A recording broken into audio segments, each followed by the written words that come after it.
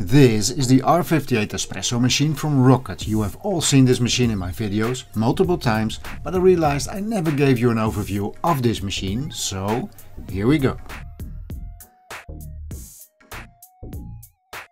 I bought this machine a few years ago because I wanted to upgrade from the Rancilio Silvia that I used for many years. Now the Rancilio Silvia is a great machine, but it is very basic, perfect for when you are getting into espresso. And this is because this is the perfect learning machine. Nothing in the Silvia is automated, so it was a great tool for learning how to make a great espresso without having the machine do the most work for you. So the Silvia went on to another starter and I picked up this Rocket. Now at the time I had a fixed budget and of course I wanted a La Marzocco, the king of machines if you ask me.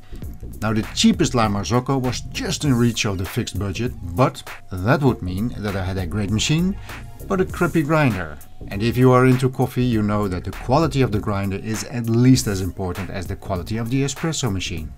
So I opted to buy the Rocket and a decent grinder instead of the La Marzocco. Now there are a lot of technical videos about this espresso machine online, but if you know me, you know I want to make coffee easy and less scary for you guys and hoping to inspire you to try something new. Now some of those videos are absolutely perfect if you are already into coffee, but they can be a bit intimidating when you watch them as a beginner, so let's keep it simple. Now first off, espresso is just a method of making coffee. It requires the water to be pushed through the coffee grounds with a lot of pressure. So an espresso machine is just a machine that needs to build up pressure. Now this immediately explains why these machines are never really inexpensive. Building up and containing consistent pressure means the machine needs to be built very strong and very safe, making it more expensive. Now onto the machine. From top to bottom. On top of the machine you have the lid that hides the water container. And the many holes that you see here on top are to release the heat coming from the two boilers inside, and that is a perfect spot to heat your cups. Looking from the front you see these two rotary knobs, one for steam and one for hot water. And just below that you see the lever that will start the water for your espresso. Now this thing in the middle is called the group head and it is the same size as commercial machines like you see in a coffee shop. Now some of the cheaper machines will not have this. And one benefit of having this is when you need to replace something, you won't have any trouble finding what you need. And then below that you see the two gauges. The left one shows you your steam pressure and the right one shows you your pressure for the espresso.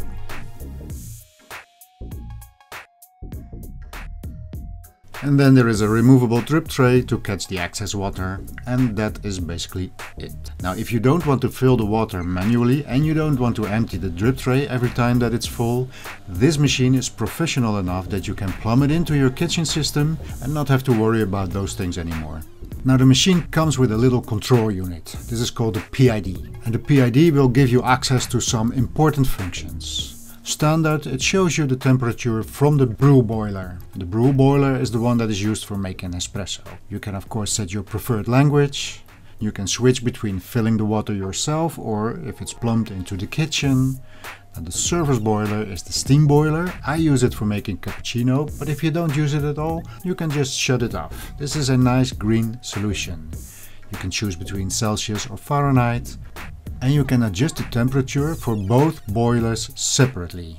Now, as I said, the brew boiler is for your espresso and it gives you the temperature inside of the boiler.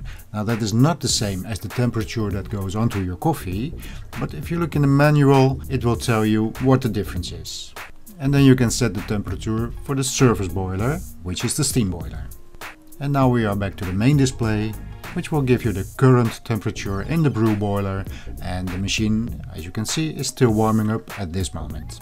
Now this PID has a cable that plugs into the machine on the side, and this means you can take it off and put it away for future use when you are satisfied with your settings. Now the reason Rocket did this is to have a traditional looking machine without any digital displays, and I am a big fan of that decision.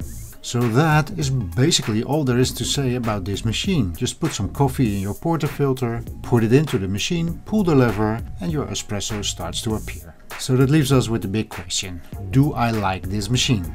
Well, Obviously, the answer is yes. Apart from looking absolutely stunning and beautiful, it still puts a smile on my face every time I walk past it, and it works like a charm. It is very reliable and it does make a great cup of coffee.